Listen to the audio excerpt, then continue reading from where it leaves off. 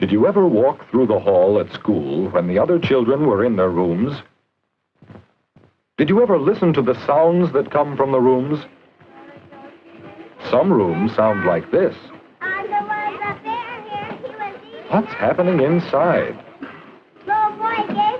It looks as if everyone is busy at work. But it's so noisy. What makes the room so noisy?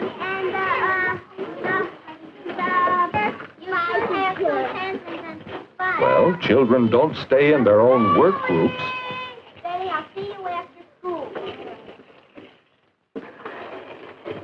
Sometimes children drop things on the floor.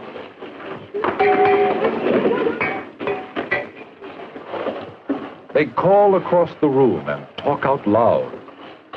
Betty, can I use your golden crayon? Sure. You still want to? Yes. It's hard to think about your own work in such a noisy room. You couldn't learn very much here. That's right, darling. Well, where did you leave off then? I left off first, And you couldn't be proud to be part of such a noisy room, could you? Going to that little girl. Do all the rooms in school sound like this? Let's visit another room. Listen. It's so quiet. Aren't there any children in this room? Would you tell us what we read? Oh, there are children here. And they're all busy, too. But there aren't any loud noises. Just the sounds of working. We call these work sounds. Listen. Now, children, let's read just one more paragraph.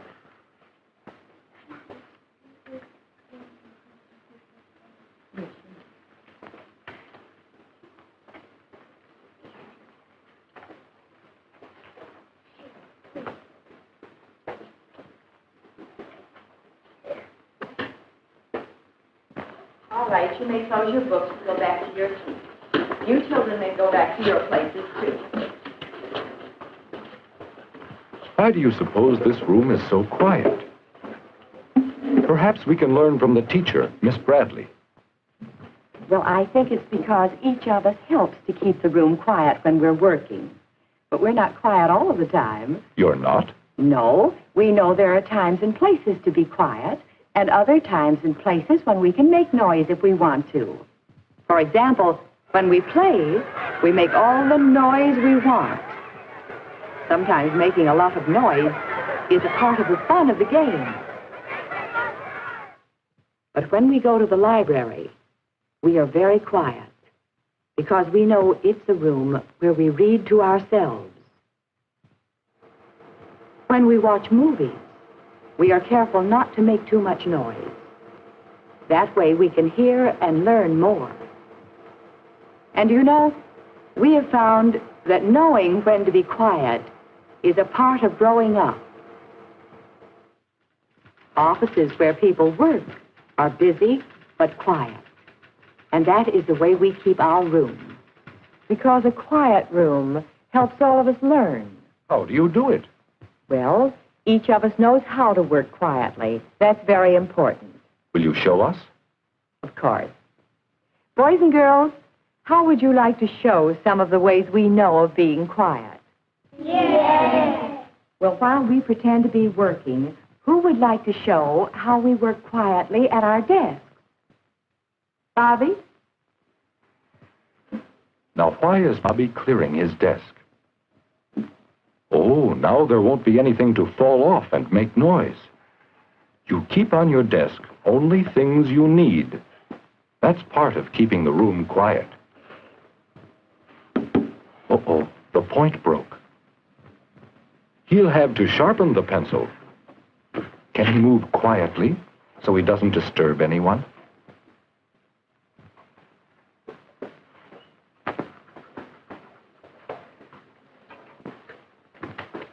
Do you think you could walk this quietly? Listen to this work sound. When he turns it slowly, it doesn't bother anyone.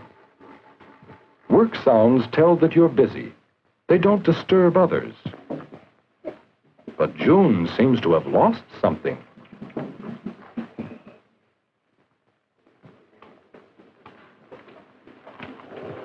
Look, an eraser. Whose do you think it is? Bobby won't talk to June, will he? June, is this your eraser? Yes, thank you.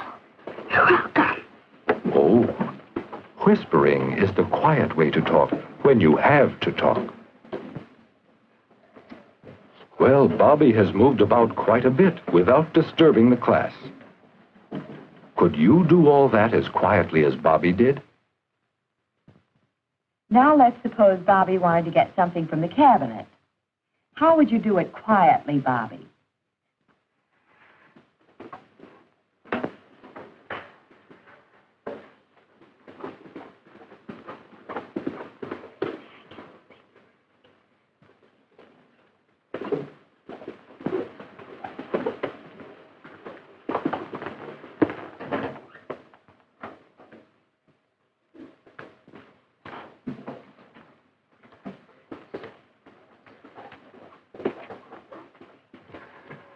Bobby certainly knows the quiet way of working by himself, doesn't he? Well, of course, all of us have to, if our room is to be a good place to work. Now, Bobby has shown us some of the ways of working quietly by ourselves. Who would like to show how we work quietly in a reading group? All right, bring your chairs up. Oh, moving chairs will certainly be noisy.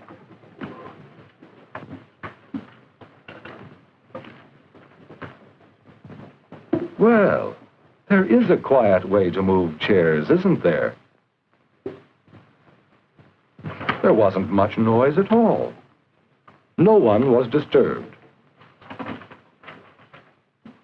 Well, it's good to see you all so bright and cheery this morning. And look, they all have their books with them. Now they can get started without having to wait for any children to get ready. Good. Now, we'll read A Day at the Fair on page 24. Let's read the first paragraph silently to find out who's going to the fair.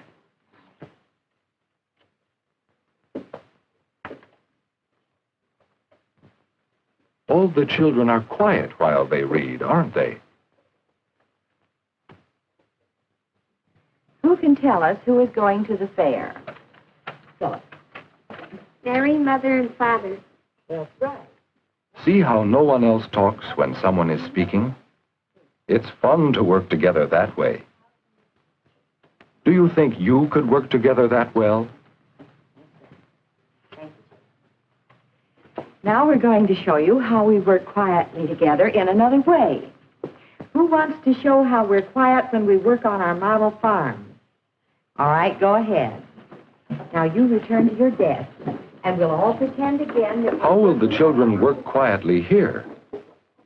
Rudy, where should I put the tractor? Over in the prairie. They speak very quietly. When one speaks, the others listen. That's polite.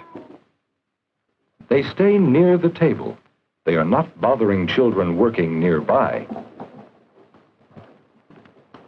And see how well they work together and do things together? Now let's see. Have we shown you everything? We saw that there are times for noise and fun, such as play periods, and times for quiet and work, such as the library or our classroom. And we saw some ways of working quietly. You remember how Bobby showed us ways to work quietly by yourself, and how we talk together quietly when we read or tell stories, and how we work together quietly when we work in groups. Those are some of the important ways we help keep our room quiet. Thank you, children. Now, let's get back to work. You can see how quiet helps us, can't you? Thank you, Miss Bradley. This is a good room, isn't it? A good room to work in, to learn in. Do you know some things you can do to help make your room a quiet place for work?